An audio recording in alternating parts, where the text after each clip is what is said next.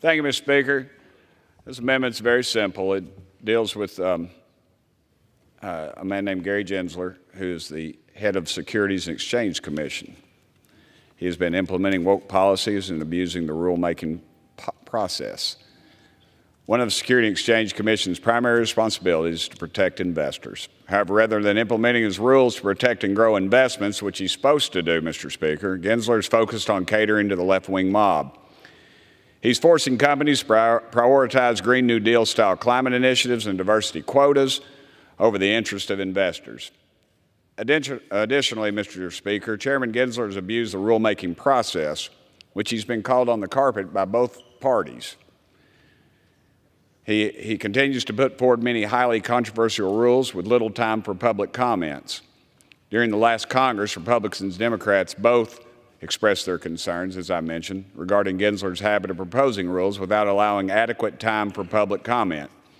Biden's Securities and Exchange Commission has proposed nearly twice as many rules as the Trump administration has proposed in the same time frame.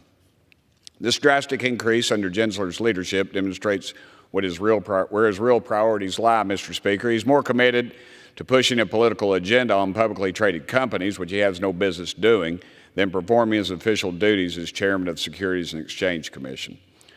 Chairman Gensler's insistence on corrupting the rulemaking process to further the Biden administration's radical agenda at the expense of investors contradicts his duties as chairman of the SEC. I urge my colleagues to support my amendment in the Financial Services and General Government Appropriations Bill to reduce Chairman Gensler's salary to $1. Thank you, Mr. Speaker. Reserve? I did. Gentleman from Tennessee reserves. What purpose does the gentleman from Maryland seek recognition? I rise in opposition.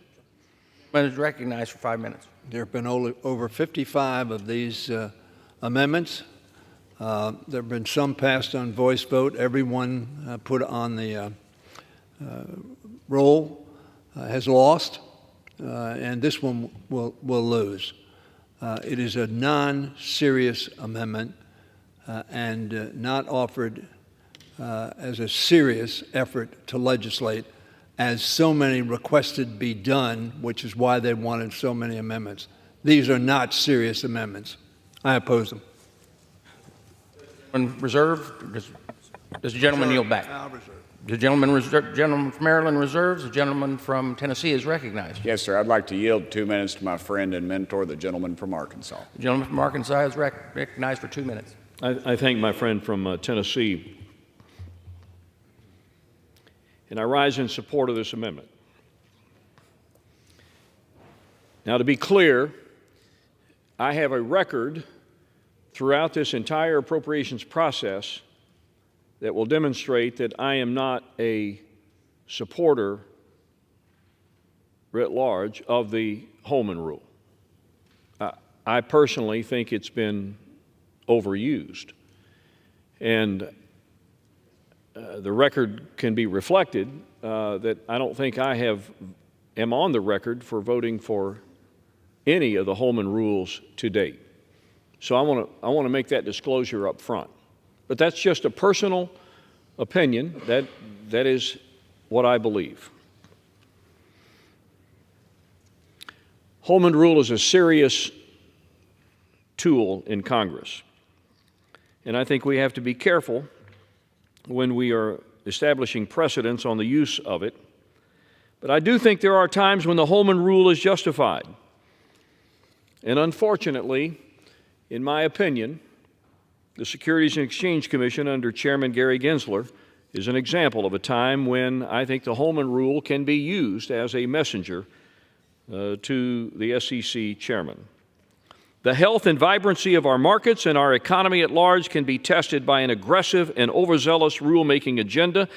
And over the last 3 years, that has defined the Securities and Exchange Commission. And let me be clear, this is not just about how the regulatory process is conducted. The weight of the issues and topics under review by Chairman Gensler must be considered thoughtfully and comprehensively. Unfortunately, they have not been. Reckless rulemaking requiring climate disclosures from not only public companies that the SEC claims, but also the private suppliers far downstream from these public companies. for the SEC's private funds rule that will expand the disclosure regimen and give me an additional 30 seconds. 5 seconds. The Mr. gentleman Speaker. is recognized for an additional 45 seconds. So in the interest of time, this list goes on and on to the tune of about 50 proposed and finalized rules by Chairman Gensler. A breakneck speed of rulemaking, given that he's been chairman for 3 years. To me, it's unacceptable. And we've had that dialogue in hearings. Speed and volume should not be defining characteristics of the rulemaking process.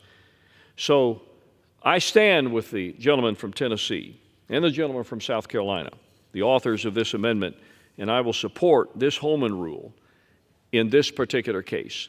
And I yield back my time. The gentleman yields back. The gentleman from Tennessee reserves.